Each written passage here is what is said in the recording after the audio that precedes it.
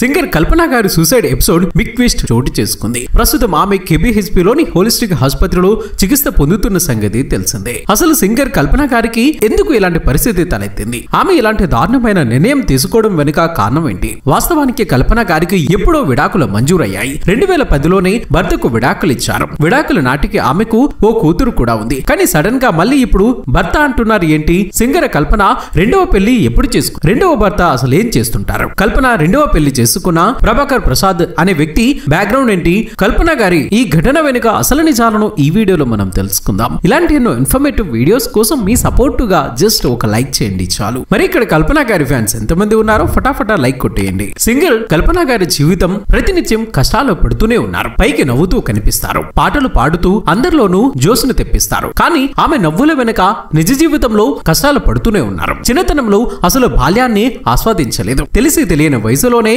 Singing లోకి అడుగు పెట్టారు. బాలనటిగా సినిమాల్లో నటించారు. సింగర్ కల్పన గారు సనాతన బ్రాహ్మణ కుటుంబంలో పుట్టి పెరిగారు. తండ్రి పేరు టిఎస్ రాఘవేంద్ర. నేపథ్య గాయకుడుగా ఆయనకు మంచి పేరు ప్రఖ్యాతులు ఉన్నాయి. తల్లి పేరు సులోచన. ఆమె కూడా ఓ గాయకురాలు. కల్పన గారికి ఓ చెల్లి కూడా ఉంది. ఆమె పేరు ప్రసన్న రాఘవేంద్ర. కుటుంబానికి సంగీత నేపథ్యం ఉండడంతో సినిమా వాళ్లతోనూ బాగానే పరిచయాలు ఉండేవి. ఆ పరిచయాల వలనే కేవలం అతి తక్కువ వయసులోనే కల్పన గారు సినీ రంగంలోకి ఎంట్రీ ఇవ్వాల్సి వచ్చింది. 3 ఏళ్ల వయసులోనే ఈనాడు అనే మలయాళ చిత్రంలో తెరపైన కనిపించిన కల్పన గారు ఆ తర్వాత 1986వ సంవత్సరంలో కమల్ హాసన్ గారు హీరోగా నటించిన పున్నాగై మన్నాగం అనే సినిమాలో చైల్డ్ ఆర్టిస్ట్ గా ఆమె కనిపించారు.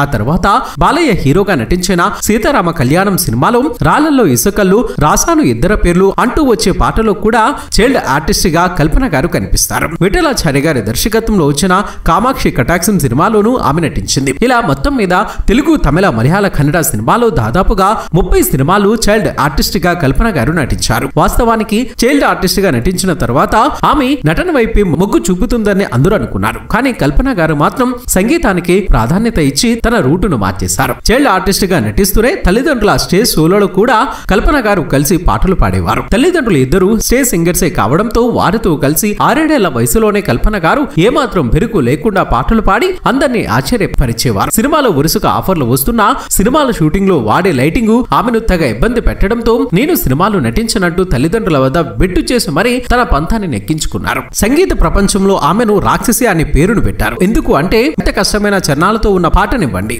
ఆ పాటను ఆమె అవలీలగా పాడేయగలరు. ఎలాంటి కష్టమైన పాటనైనా సరే అలవోకగా పాడే సత్తా ఉన్న ఏకైక గాయిని ఆమె అన్నది సినీ ఇండస్ట్రీలో చెప్పుకునే మాట. అందుకే కల్పన గారిని రాక్షసి అని అంతా ముద్దుగా పిలుచుకుంటూ ఉంటారు. 13 ఏళ్ల వయసులోనే సింగర్ గా పాటలు పాడటం మొదలుపెట్టిన ఆమె ఇప్పటి వరకు 3000కు పైగా పాటలను పాడారు. ఇంకా స్టేజ్ షోల గురించి అయితే చెప్పాల్సిన పని లేదు. తెలుగు, తమిళ, కన్నడ, మలయాళ భాషల్లోనూ ఆమె ఎక్కువగా పాటలు పాడారు. పరభాష సాహిత్యం గురించి తెలుసుకోవాలి అంటూ స్పానిష్, జర్మనీ, ఇటాలియన్, అరబిక్ వంటి విదేశీ భాషలను కూడా ఆమె నేర్చుకోవడం గమనార్హం. ఎంఎస్ విశ్వనాథన్ గారు, ఇళయరాజా గారు, ఏఆర్ రహమాన్ గారు, కేవి మహాదేవన్ గారు, ఎస్వి బాలసుబ్రహ్మణ్యం గారు ఇలా ఎందరో లెజెండరీ పర్సనాలిటీస్ తో కలిసి కల్పన గారు పనిచేశారు. ఆమె వ్యక్తిగత జీవితం మాత్రం ఏమాత్రం సాఫీగా లేదు. కల్పన గారు 1980వ సంవత్సరం మే 8వ తారీఖున జన్మించారు. 25 ఏళ్ల వయసులోనే ఆమెకు పెళ్లయింది. అయితే పెళ్లై ఓ పాప కూడా పుట్టిన 3-4 ఏళ్లకే ఆమె వైవాహిక జీవితంలో కలతలు మొదలయ్యాయి. 2010వ సంవత్సరంలోనే భర్తకు కల్పన గారు విడాకులు ఇచ్చేశారు. పరస్పర అంగీకారంతోనే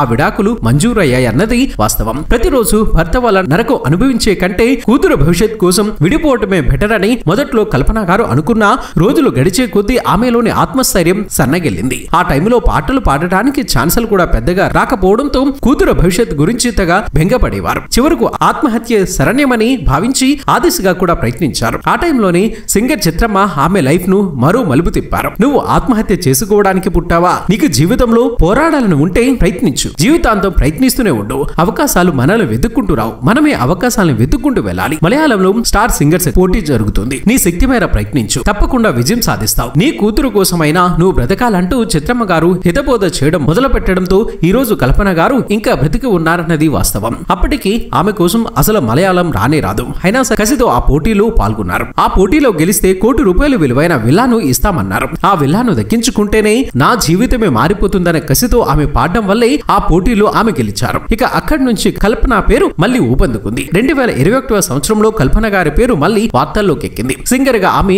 బిజీ కదా, అటు ఇటు తిరుగుతూనే ఉండాలి. ఇంటి పట్టున ఉంటే టైం కూడా ఆమెకు ఉండదు. అందుకనే తన 15 ఏళ్ల కూతుర్ని ఆమె సోదరి ఇంట్లో ఉంచిందట. అయితే కొద్ది రోజుల తర్వాత ఆ కూతురు తనతో చెప్పిన విషయాలు విని నివ్వెరపోయిన కల్పన గారు తన చెల్లి భర్తపైనే కేసు పెట్టారు. ఆ కేసు విషయంలో న్యాయ పోరాటం చేస్తూ ఉన్నారు. ఆ తర్వాత ఆ కేసు ఏమైందన్నది మాత్రం ఇప్పటికీ తెలియలేదు. ఆ వార్తలు కూడా బయటకు రాలేదు. తాజాగా ఆమె మరోసారి ఆత్మహత్య యత్నం చేయడంతో మళ్ళీ ఆమె గురించి ఎన్నో రకాల వార్తలు షికార్లు చేశాయి. అయితే కల్పన గారు 2010లోనే భర్తతో విడాకులు ఇచ్చారన్న సంగతి అందరికీ తెలుసు. కానీ ఆమె మరో పెళ్లి చేసుకున్నారన్న విషయం మాత్రం ఎవ్వరికీ తెలియదు. కేరళ రాష్ట్రానికి చెందిన ప్రభాకర్ ప్రసాద్ అనే వ్యక్తిని రెండవ పెళ్లి చేసుకున్నారు. ఆయన ఓ పాస్టర్. ఎక్కువగా చెన్నైలోను కేరళలోను ఉంటుంటారు. రెండవ భర్త ద్వారా కల్పన గారికి మరో 2 ఆడపిల్లలు పుట్టారు. కల్పన గారికి మొత్తం 3 పిల్లలన్నమాట. ఈ విషయాన్ని కల్పన గారే స్వయంగా ఓ ఇంటర్వ్యూలో చెప్పుకొచ్చారు. నాకు 3 అమ్మాయిలు. ఓ అమ్మాయి భరతనాట్యం చేస్తుంది, పెద్ద అమ్మాయి ఆడుతుంది. చదువును బలవంతంగా రుద్దొచ్చు గాని కళలు మాత్రం బలవంతంగా చేయించలేం. నాలాగా వాళ్లకు కూడా సంగీతం రావాలని నేను కోరుకోను, వాళ్ళంతట వాళ్ళే